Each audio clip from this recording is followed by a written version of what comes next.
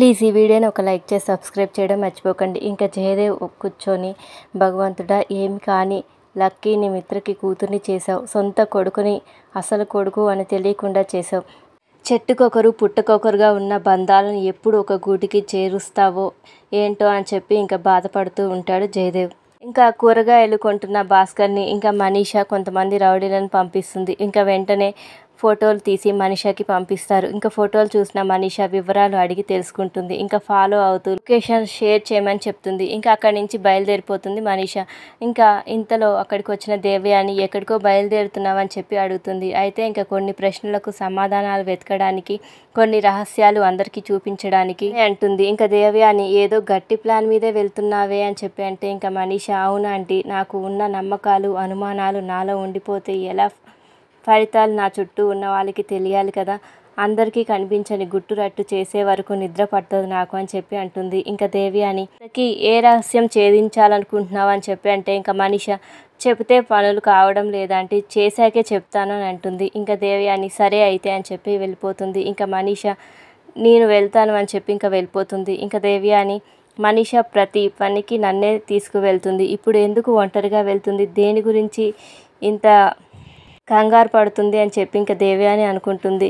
ఇంకా మనుషులను పంపించిన భాస్కర్ ఉండే చోటుకి ఇంకా మనీషా వెళ్తూ ఇంకా తన గతాన్ని గుర్తు చేసుకుంటూ ఉంటుంది. ఇంకా రౌడీలు భాస్కర్ని ఫాలో అవుతున్నారని తెలుసుకొని ఇంకా పరిగెత్తుతూ ఉంటాడు. కానీ ఎదురుగా కారులో వస్తున్న మనీషా ఢీ కొట్టి అతను ఇంకా కింద పడేసి కిడ్నాప్ చేసి ఇంకా కట్టేస్తుంది. ఇంకా భాస్కర్ ఎందుకు కట్టేశారు, మీకు ఏం కావాలి అని చెప్పి అడుగుతాడు. ఇంకా మనీషా నీకు తెలిసిన రహస్యాలు చెప్పాలి, అది బయట పెట్టేస్తే బతికిపోతావు, కొంతకాలం చెల్లెలుగా నీ దగ్గర ఉంది ఎవరు, బస్ యాక్సిడెంట్లో నీ భార్యని కాపాడింది ఎవరు, మిత్ర చేతిలో బిడ్డను పెట్టి పారిపోయింది ఎవరు, నేను అడిగిన ప్రశ్నలకు సమాధానం లక్ష్మి అవునా కాదా అని చెప్పి ఇంకా మనీషా అడుగుతుంది. ఇంకా భాస్కర్ మేడం మీరు ఏమన్నా అనుకోండి నేను చెప్పను అని చెప్పి భాస్కర్ అంటాడు. ఇంకా మనీషా నాకు ఉన్న అనుమానాలు మిత్రతోనే తేల్చుకుంటా, వర్షాలు పడుతున్న టైంలో చెమటలు పడుతున్నాయంటే నేను చెప్పింది నిజమే కదా, ఇవన్నీ మిత్రకి చెప్పమంటావా అని చెప్పి ఇంకా భాస్కర్ని అంటే ఇంకా బస్ యాక్సిడెంట్లో దొరికింది నాకు లక్ష్మియే అని చెప్పి ఇంకా భాస్కర్ అంటాడు.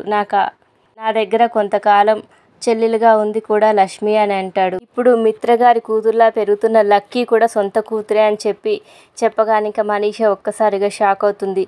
అనాథలాగా మిత్ర చేతికి వచ్చిన లక్కీ మిత్ర కూతురే అన్నమాట అని చెప్పి అంటే ఇంకా భాస్కర్ అవునని అంటాడు. ఇంకా మనీషా ఇప్పుడు లక్ష్మి ఎక్కడ ఉందని చెప్పి ఇంకా భాస్కర్ని అడుగుతుంది. ఇంకా భాస్కర్ ఆ రోజు ఆసుపత్రి నుంచి ఎవరికి చెప్పా పెట్టకుండా లక్ష్మి ఎటో వెళ్ళిపోయింది మేడం అని అంటే అసలు ఈ విషయం తెలుసుకొని ఇంకా మనీషా ఇంటికి కోపంగా వస్తుంది. ఇంకా ఇంతలో దేవయాని ఎదురుపడి ఇంకా మనీషాని అడుగుతుంది. ఇంకా మనీషా లక్కీయే మిత్ర కూతురని చెప్పగానే ఇంకా దేవయాని కూడా ఒక్కసారిగా షాక్ అవుతుంది. ఇంకా నేను నమ్మలేకపోతున్నాను, ఇంత పెద్ద ట్విస్ట్ అసలు ఊహించలేకపోతున్నాను అని చెప్పి ఇంకా దేవయాని అంటుంది.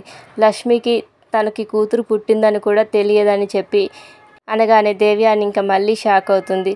ఇంకా ఒకే కాన్పులో 2 బిడ్డలు పుట్టారని మొదట పుట్టిన మగబిడ్డను తీసుకువెళ్ళిపోయినట్టు నర్స్ చెప్పిన విషయం ఇంకా దేవయానికి చెప్తుంది మనీషా. కూతురు పుట్టినట్టు తెలియని లక్ష్మి ఇప్పుడు సంయుక్త రూపంలో ఎందుకు వచ్చిందని ఇంకా అనుమానపడుతూ ఉంటుంది. లక్కీ తయారు చేసుకున్న ఫ్యామిలీ ట్రీలో తన ఫోటో ఎందుకు పెట్టింది అని అనుమానపడుతూ ఉంటుంది. ఎవరు అవునన్నా కాదన్నా లక్ష్మి సంయుక్త ఒక్కరే అని నేను నిరూపిస్తాను అని చెప్పి ఇంకా మనీషా అంటుంది. అన్నీ పక్కన పెడితే లక్కీ తన సొంత కూతురని మిత్రకు తెలిస్తే వారిని ఇంకా ఎవరు విడదీయలేరని దేవయాని అంటుంది. ఇంకా మనీషా అవునా ఆంటీ, అందుకే అది తెలిసే లోపల లక్కీని ఎక్కడికి పంపించాలో అక్కడికి పంపిస్తాను అని చెప్పి మనీషా అంటే ఇంకా మాట విని ఇంకా దేవయాని షాక్ అవుతుంది. ఇంకా అప్పుడే అక్కడికి లక్ష్మి వచ్చి ఇంకా వాళ్ళ దగ్గరికి వస్తుంది. ఏంటి అంత వింతగా చూస్తున్నారని ఇంకా మనీషాని లక్ష్మి అడుగుతుంది. కొత్త విషయాలు తెలిసినప్పుడు ఇలా కొత్తగానే ఉంటారని ఇంకా మనీషా అంటుంది. ఇంకా లక్ష్మి అసలు ఏం మాట్లాడుతున్నావో అర్థం కావడం లేదని అంటే ముందు నీకే తెలుస్తుంది సంయుక్త అని చెప్పి ఇంకా మనీషా అంటుంది. మనీషా ప్రవర్తనలో ఏదో తేడా ఉందని అనుకుంటుంది లక్ష్మి. మరింత జాగ్రత్తగా ఉండాలని, ఆమె వద్ద ఉన్న వీడియోలు దక్కించుకోవాలని చెప్పి అనుకుంటుంది. మారువేషంలోనే ఆమెతో పోరాడాలని చెప్పి ఇంకా లక్ష్మి అనుకుంటుంది. ఇంకా దీక్షితుల వద్దకు వచ్చిన జయదేవ్ అరవింద గురించి ఆరా తీస్తూ ఉంటాడు. అక్కడ పరిస్థితులకు దూరంగా వచ్చిన ప్రశాంతతకు దగ్గర కావడం లేదని ఇంకా ఆయన చెప్తారు. ఇంకా జయదేవ్ అరవింద దగ్గరికి వెళ్తాడు. 2 జీవితాలకు అన్యాయం జరుగుతుంటే చూడలేక వచ్చేసాను, అలా వచ్చేస్తే వాళ్ళకు న్యాయం జరుగుతుందా అని చెప్పి అడుగుతాడు. ఇంకా తన పెద్దరికంతో ఏం చేయలేనప్పుడు వచ్చేయడమే మంచిదని భావించి వచ్చేశాను అని చెప్పి అంటుంది. ఇంకా వివేక్ పెళ్ళి అయిపోయిందని చెప్తాడు.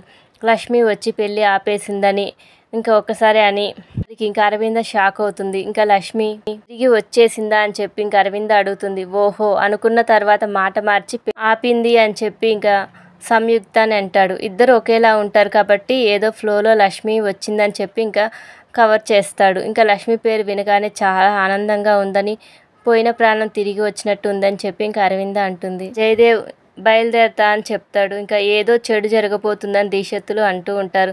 మిత్రని కిడ్నాప్ చేసే ఇంకా దృశ్యాలు ఇంకా ఆయన కళ్ళ ముందు కదలాడుతూ ఉంటాయి. ఈ విషయాన్ని ఇంకా జయదేవ్ అరవిందని పిలిచి చెప్తాడు. వెంటనే ఇంటికి వెళ్ళిపోమంటాడు. ఇంకా మిత్ర పైకి మరో గండం దండెత్తి రాబోతుందని చెప్పగానే ఇంకా వాళ్ళు ఒక్కసారిగా షాక్ అవుతారు. Thank you for watching. Please subscribe my channel.